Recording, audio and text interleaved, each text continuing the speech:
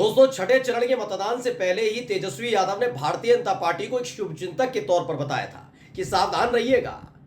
चुनाव परिणाम के बाद एक बार फिर से तेजस्वी यादव के साथ चचा नजर आएंगे, यानी नीतीश कुमार नजर आएंगे। नीतीश कुमार पलटी मारने वाले हैं, ये बात बार बार बीजेपी के नेताओं को समझाई थी तेजस्वी यादव ने, लेकिन उस वक्त वो माने नहीं थे। छठा चरण बीता, सातवां चरण बीता, फिर चुनाव के परिणाम आए।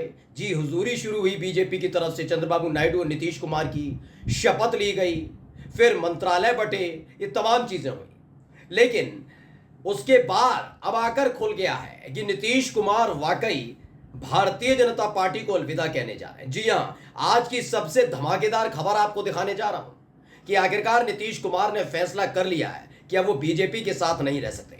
यानी 4 जून तक का उनका गठबंधन था। 4 जून के बाद उन्होंने पहले ही तय कर लिया था कि बीजेपी झुकेगी नहीं, बीजेपी मानेगी नहीं, और ऐसे में उनके पास असली मौका है और अच्छा मौका होगा कि बीजेपी का साथ छोड़ दें। नमस्कार, मैं हूं प्रज्वल गौतम और आप देख रहे हैं न्यूज सर्किल।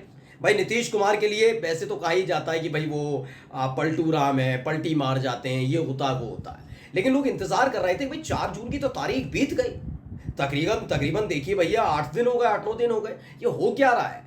नीतीश कुमार कोई प्रतिक्रिया क्यों नहीं दे रहे? जबकि नीतीश कुमार की जो पार्टी है वो मांग रही थी रेल, कृषि, वित्त मंत्रालय तक मांग रही थी, मिला के इनमें से तीनों में से कोई नहीं। उनकी पार्टी के एक नेता को कैबिनेट मंत्री बना दिया, एक को राज्य मंत्री बना दिया। यानी भारतीय जनता पार्टी विशुद्ध रूप से अपना काम निपटा रही है। मोदी जी ने इतिहास रच ही दिया, तीसरी बार प्रधानमंत्री बन के वो बतला के फ्लो टेस्ट पर खेला होगा, नहीं होगा। अब ऐसे में तेजस्वी यादव की भविष्यवाणी सच साबित हुई है। मैं पहले खबर दिखाने जा रहा हूं, उससे पहले मैं एक चीज दिखाऊंगा आपको। दरअसल चंद्रबाबू नायडू ने, जो टीडीपी के अध्यक्ष हैं, उन्होंने आंध्र प्रदेश में शपथ ली मुख्यमंत्री पद की, और उसी वक्त थोड़ी देर बाद उड़ीसा में भी बीजेपी के जो विधायक हैं उन्होंने भी मुख्यमंत्री पद की शपथ ली, मांझी साहब ने। अब पहले इस पर नजर डालिए, जब चंद्रबाबू नायडू की शपथ हो रही थी कौन कौन पहुंचा था। मोदी जी भी बाद में पहुंचे थे। पहले अमित शाह, देखिए, वेंकैया नायडू, जेपी नड्डा और नितिन गडकरी, यानी चारों के चारों बीजेपी के नेता वहां पर पहुंचे थे। 5वां नाम है एकनाथ शिंदे का, यानी महाराष्ट्र से चलकर आ गए थे एकनाथ शिंदे भी मुख्यमंत्री। चिराग पासवान, बिहार से एलजेपी के चिराग पासवान चले गए। एनवी रमन्ना आ गए। अनुप्रिया पटेल आ गई उत्तर प्रदेश से, जो अपना दल एस की अध्यक्ष है। रजनीकांत और चिरंजीवी भी, एक फिल्म स्टार भी आए रजनीकांत, और साथ में चिरंजीवी की अगर बात की जाए तो जो चंद्रबाबू नायडू के गठबंधन के सहयोगी हैं पवन कल्याण, उनके बड़े भाई हैं, ये भी एक्टर हैं, और पवन कल्याण भी एक्टर हैं। अब आइए प्रफुल्ल पटेल 11वें नंबर पर, प्रफुल्ल पटेल भी पहुंच गए अजीत पवार गुट से। रामदास अठावले भी पहुंच गए। अब इस पूरी फहरिस्त पर नजर फहराइए और देखिए कौन कौन सा ऐसा नेता है जिसके ना आने से एनडीए में खलबली होगी। तो मैं बता देता हूं, एक है नीतीश कुमार और दूसरे हैं जयंत चौधरी। जी हां, जीतन राम मांझी से ज्यादा फर्क नहीं पड़ेगा, लेकिन अजीत सिंह के बेटे चौधरी चरण सिंह जी के पोते यानी कि जयंत चौधरी नहीं पहुंचे, और साथ ही नीतीश कुमार भी नहीं पहुंचे। अब खबर मैं आपको दिखाता हूं कि जैसे ही ये खबर आई वैसे ही बहुत बुरी तरीके से हड़कंप मच गया वहां पर। खबर क्या, पहले खबर पढ़िए। आज तक ने इस खबर को छापा और लिखा, तबीयत खराब या नाराजगी, चंद्रबाबू नायडू के शपथ ग्रहण में क्यों नहीं गए नीतीश कुमार।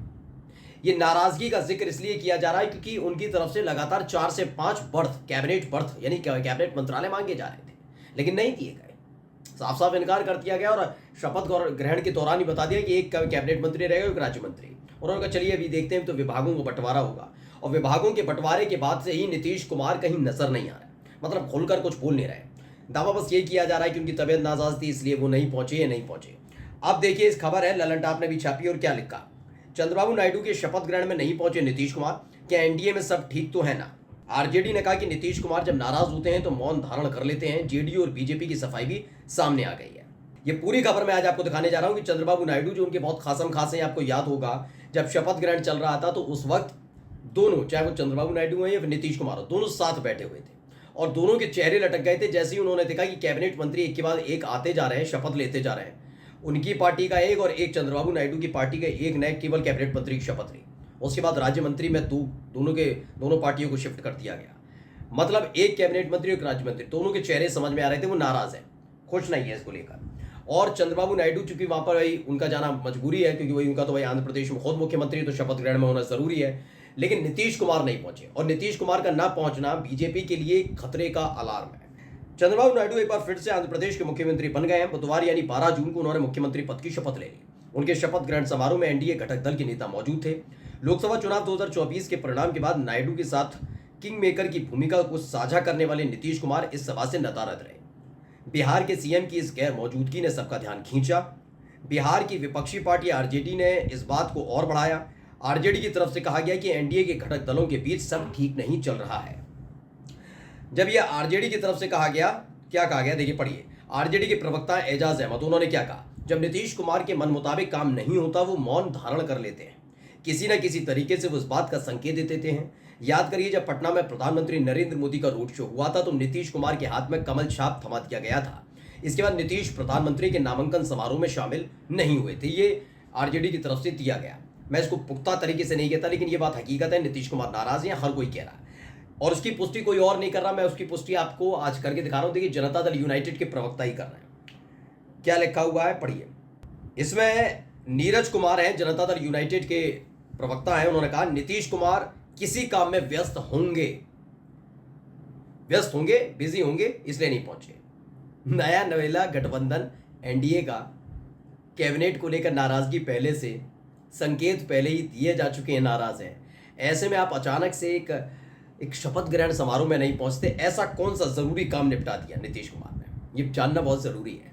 ये देश को भी जानना इसलिए जरूरी है क्योंकि बार बार लोग कह रहे हैं ना कि गठबंधन की सरकार, ये एनडीए की सरकार आगे तक चलेगी।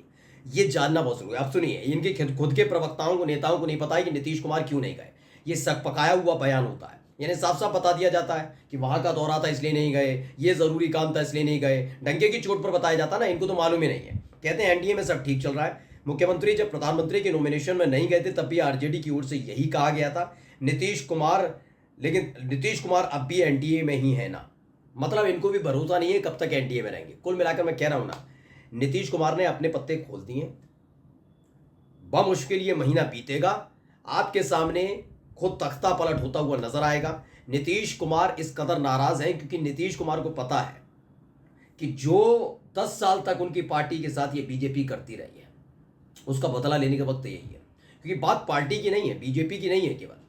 मोदी शाह ने जिस तरह का रवैया अख्तियार किया है, उसका बदला लेने का समय यही है। वो जानते हैं कि अगर बीजेपी ने अपना समर्थन खींचा तो नीतीश कुमार मुख्यमंत्री तब भी बने रह सकते हैं। बस कुछ नहीं करना, तेजस्वी यादव का साथ मिलेगा आराम से। लेकिन नीतीश कुमार ने अगर समर्थन खींचा तो इसके अलावा उनके पास कोई ऐसे सांसद नहीं है कि प्रधानमंत्री मोदी बने रहें। इसलिए घाटे का सौदा है तो बीजेपी के लिए तेवर दिखाना, और नीतीश कुमार ने संदेशा पहुंचा दिया है, बगावत होकर रहेगी। नमस्कार।